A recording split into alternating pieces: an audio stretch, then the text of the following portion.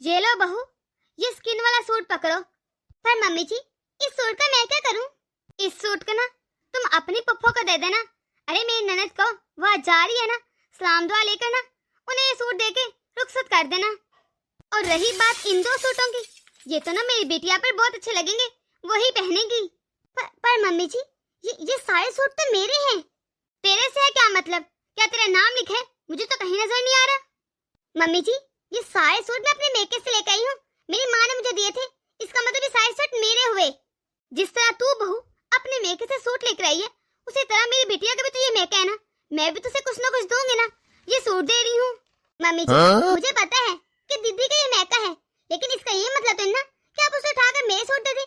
आपका जो दिल करता है आप वो दे, लेकिन मेरे सूट ना दे।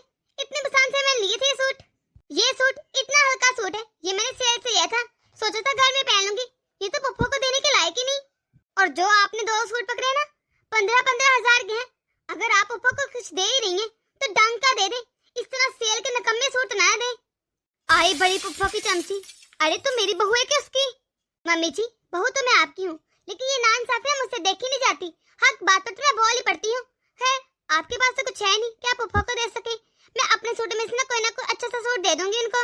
अच्छा क्या ही बचा होगा। अरे आपने मेरे सारे मेके के सूट निकाल लिए हैं। बस बस बहू, बहुत सुन ली मैंने तेरी। ये 4-5 सूट तो अपने मेके से क्या ली, मेरे लगा रखा है। मेरे सूट कहाँ लिखा है ना, मुझे तो नजर नहीं आ रहा। ऐसे कह रही है जैसे सूट नहीं बल्कि हीरे और जवाहरात ले आई है अपने मेके से, जो यहाँ पर हर वक्त रहती है, दूसती रहती है। जब देखो एसी में बैठती है, वो तेरे मेके साथ है। मेरा बेटा देता है बिल, और तो जब देखो मालों में घूम फिर कर इतने कपड़े लेकर आती है। वो कहाँ से आते हैं? तेरे मेके से तो नहीं आते। मम्मी जी, मैंने आपसे तो कभी कुछ नहीं ना मांगा। जो भी लेती हूँ अपने शोहर के पैसे से लेती हूँ, उनके साथ ही जाती हूँ। ये क्या शोहर लिखा रखा है? तू उसे मेके से लेके आई, मेरा बेटा है वो। अरे तू मेरे बेटे की कमाई खाती है, फिर मेरे बेटे पर सारा कैसे तेरा हक हो सकता है? क्या मेरा कोई हक नहीं? हाँ? और ये जो इस घर पर, ये मेरा घर है, तू बड़े आराम से आती है, राज करती है। आज तक तुझे रोका है किसी काम से मैंने? मैं तो बाकी सासों की तरह है ही नहीं जो रोक टोक करो। अब तू मुझे बता, अगर तुम मेरे घर पर पूरे हक के साथ रह सकती है, क्या मैं तेरे 2-4 सूट नहीं ले सकती? मम्मी जी, आप गलत समझ रही हैं, मेरा ये मतलब नहीं था। मैं तो बस ये कह रही हूँ, आपने जो भी आप ही को सूट देने दे दी, लेकिन पप्पू को कम से कम कोई सूट अच्छा तो दे दे। बेशक मेरे सूटों में से दे दे, ताकि वो पहन तो सके। बहू तू मुझे बता, तू अपने आप को बड़ी टॉप चीज समझती है ना? तो इससे हमने पहले ऐसे कि मैं मेरी ननद है वो, तेरी नहीं, जो तुझे इतनी फिक्र हो रही है। और वैसे भी तुझे नहीं पता वो कैसी है, सिर्फ मुझे ही पता है। तुझे क्या लगता है कि वो मुझे इतनी बुरी क्यों लगती है? कोई भी ना किसी को ऐसे बुरा नहीं लगता। अरे कोई ना कोई कहानी होती है, तो सुन जरा। अरे जब मैं भी ना इस घर में बहू बनकर आई थी, तो मेरे पास ना बहुत सोना था। मेरी सास ने मेरा सारा जेवर लेकर सारा अपनी बेटी को दे दिया। सोना तो फिर भी बन जाता है बहू, लेकिन मेरी ननद ने मेरी जिंदगी जहन्नम बना दी थी। अरे तू नहीं समझ सकती इन बातों को। उसने मेरा जीना हराम कर दिया था। इतना तंग किया मेरी ननद ने मुझे। तुझे पता है मैं 2-2, 3-3 दिन खाना नहीं खा पाती थी, फिर भी घर के सारे काम करती, और फिर भी मुझे सुनने को मिलता, ताने मिलते थे। और फिर भी ना, जो तू इतनी इस पुप्पो की साइड लेती ना, इसे सुकून नहीं मिला। अपनी तो जायदाद उसने ले जाती, लेकिन तेरे पापा, अरे तेरे ससुर ना बहुत बोले वाले इंसान थे, उनकी भी सारी जायदाद लेगी। क्या पप्पू जी ने ऐसा किया? हाँ, तेरे पप्पा ने अपना तो हिस्सा लिया था। अरे लेती, मेरा भी सारा हिस्सा लेगी। तुझे नहीं पता हमने कैसे जिंदगी गुजारी है। पर मम्मी जी, मुझे तो ऐसा लगता है उनके हालात बहुत खराब है। वो ऐसी हालत में रहती है, उनकी जिंदगी में तो मैं बस इसलिए कह रही थी। बस बहू, ये तो मकाफाते अमल होते हैं ना, कहते हैं ना जैसी करनी वैसी बढ़नी। इंसान जो इस दुनिया में बोलते हैं ना, वो इसी दुनिया में लाजमी काटता है। एक वक्त था कि जब नंदोई जी ना बहुत अमीर थे, उनके पास हर चीज थी, लेकिन वो बहुत लालची थे। अरे उन्होंने तो अपने भाई का हिस्सा भी नहीं छोड़ा, वो भी लेकर खा गए, और हमारा भी। ऐसा ऐसा उनके बिजनेस में घाटा ही होता गया। इतना लॉस हुआ उनको, इतना ज्यादा कि उन्होंने अपनी सारी जमीनें, जायदादें, हर चीज बेच दी ताकि वो कर्जा उतार सके। तुझे नहीं पता जब ये नंदोई जी ने हमारे से लिए थे ना, हमने कैसी जिंदगी गुजारी। अरे हमारे पास खाने के लिए कुछ नहीं बचा था, हम लोग तो रोड पे आ गए थे। तेरे बाबूजी इतने बीमार रहते थे, हर वक्त बस बिस्तर पे ही लग गए थे। कहते हैं ना किस्मत में जो लिखा था ना वो तो मिल के रहते हैं। फिर आज देख, हमारे पास सब कुछ है और तेरे पापा के पास कुछ भी नहीं। तुझे नहीं पता बहू कि मैंने यहाँ पर कैसे जिंदगी गुजारी है। मैं अपने मेके में राज करती थी राज, और जब से यहाँ आई इतनी तकलीफें सही कि मेरा दिल पत्थर का हो गया। इंसान कितना भी नहीं किसी को आजमाया चाहिए कि वो पत्थर ही बन जाए। जो तू इतना बड़ा घर देख रहे ना, वो मैंने और तेरे बाबूजी ने बहुत मुश्किलों से बहुत मेहनत कर करके एक एक पाई जमा करके बनाया है। तेरे पापा को तो बस छीनना आता है, बनाना नहीं। मेरे जेवर छीन लिए, हमारा हिस्सा ले लिया और हमारी जिंदगी बर्बाद कर दी, फिर भी इसका दिल नहीं भरा। बस बस भाभी बस, प्लीज भाभी बस कह दीजिए।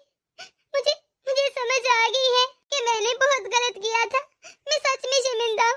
मैं आपसे माफी मांगती हूँ और देखिए उसकी सजा भी हमें मिलेगी। अब हमारे पास कुछ भी नहीं है, लेकिन आप प्लीज ऐसी बातें मत करें। दीदी मैं सच कह रही हूँ, मेरे मुंह से फिसल गया। मैं इतना दुखी थी कि मैंने अपनी बहू को सब बता दिया, वरना शायद मैं आज तक ये बातें किसी को न बताती। मासी की बातें क्या ही कहने का फायदा।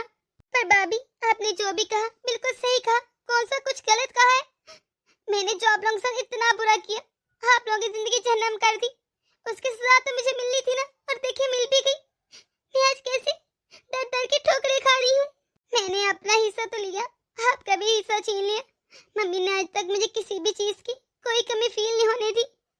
फिर भी मैंने क्या कुछ नहीं किया आप लोगों के साथ, आपके सारे जेवर छीन लिए। मम्मी भी मुझे कुछ नहीं कहती थी, मैं जो भी मांगती, चाहे वो आपके आए हुए सूट होते मेके से ये कुछ भी, मम्मी मुझे ले देती आपसे। और भाई भी, मैंने आप लोगों की मोहब्बत का नाजायज फायदा उठाया और आप लोगों का हिस्सा ही ले लिया, और भाई को इतना बड़ा धोखा दे दिया। तो कैसे भाई से प्रॉपर्टी पे साइन करवा लिए। मुझे आज समझ आ रही है, बेईमानी से लिया हुआ पैसा कभी भी अपना नहीं रहता। आज देखे मेरे पास वो पैसे नहीं रहा। कभी एक वक्त था मेरे पास सब कुछ था, सब कुछ, लेकिन आज मेरे पास कुछ भी नहीं। और आपके पास मैंने छोड़ा ही कुछ नहीं था, और देखिए आपके पास सब कुछ है, सब कुछ है। देखिए आपके पास आपका कितना प्यारा बेटा है, जितना कमाता है, इतना प्यारा घर है, सब कुछ है, और मैं खाली हाथ रहेगी। मुझे तो सजा मिल गई, प्लीज मुझे माफ कर दे और भूल जाए बातें।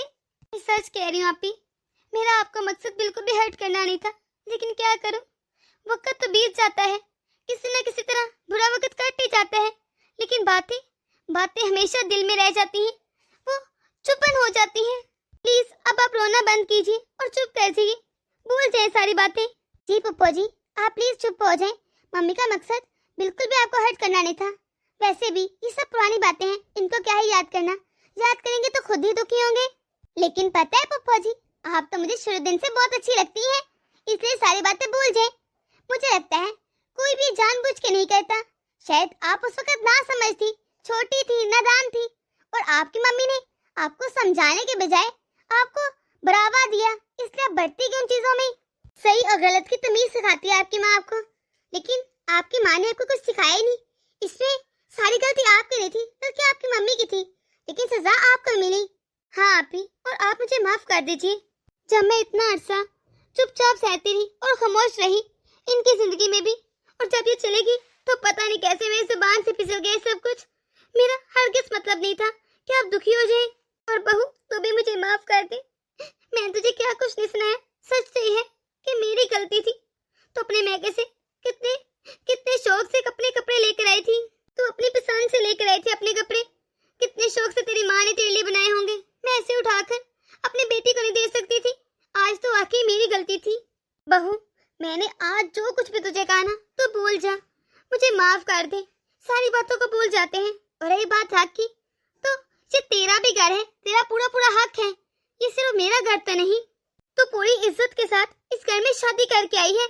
मम्मी जी मैं जानती हूँ आप उस वक्त गुस्से में थी, इसलिए सब कुछ कह दिया, वरना आप कितने चाहिए ये कोई मुझसे पूछे। मम्मी जी अगर आपने जो भी सूट देना दीदी को आप दे दें। वो जो 2 सूट आपने पकड़े थे ना, वो मैंने बहुत शौक से लिए थे, बस इसलिए शायद मैं भी बदतमीजी कर गई। पर ये भी तो सच है ना, गलती मेरी भी थी। आपका जो दिल करता आप ले लेती, क्योंकि आपका सबसे पहले हक है। और वैसे भी मुझे इस घर में इज्जत मान सम्मान हर चीज मिलती है, आज तक किसी चीज की कोई कमी नहीं रखी। और आप मेरी माँ बन कर रही हैं हमेशा, इसलिए मुझे माफ कर दें, मैंने भी ज्यादा ही बोल दिया। नहीं बहू, मुझे पूछना चाहिए था। जब तेरी मम्मी ने तुझे तेरे पसंद के सूट दिलवा के दिए और तू इतनी शौक से लेके अपने पसंद के, तो मुझे चाहिए था मैं तो बाजार से लेती अपनी बेटी को, कोई हर्ष तो नहीं ना, वो भी अपनी पसंद के ले लेती। अच्छा भाभी, अब मैं चलती हूँ। दीदी आप कहाँ जा रही हैं?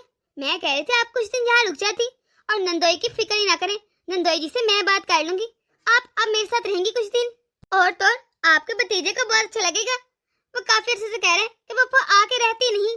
ठीक है भाभी, आपका शुक्रिया, और आपने मुझे माफ तो कर दिया है ना? हाँ हाँ, मैंने आपको माफ कर दिया है। शायद मैंने माफ तो उसी दिन कर दिया था, बस इतने सालों का गुस्सा था, घबराहट था, वो ऐसे ही निकलना था। अब मेरा दिल हल्का हो गया है, मुझे बहुत अच्छा लग रहा है अब। अच्छा है ना, बातें दिल में लेनी चाहिए, बाहर निकल जाए तो ही बेहतर रहता है, वरना दिलों में दंशी आ जाती हैं और दूरियां बढ़ जाती हैं और दिल भी पत्थर का हो जाता है। जी भाभी। दोस्तों, आपको हमारी छोटी सी वीडियो कैसी लगी कमेंट बॉक्स में अपनी राय जरूर दीजिएगा। अगर आप लोग इस चैनल पर नए हैं तो जल्द से सब्सक्राइब कर दीजिए ताकि हमारे आने वाली वीडियो आप तक आसानी से पहुंच सके।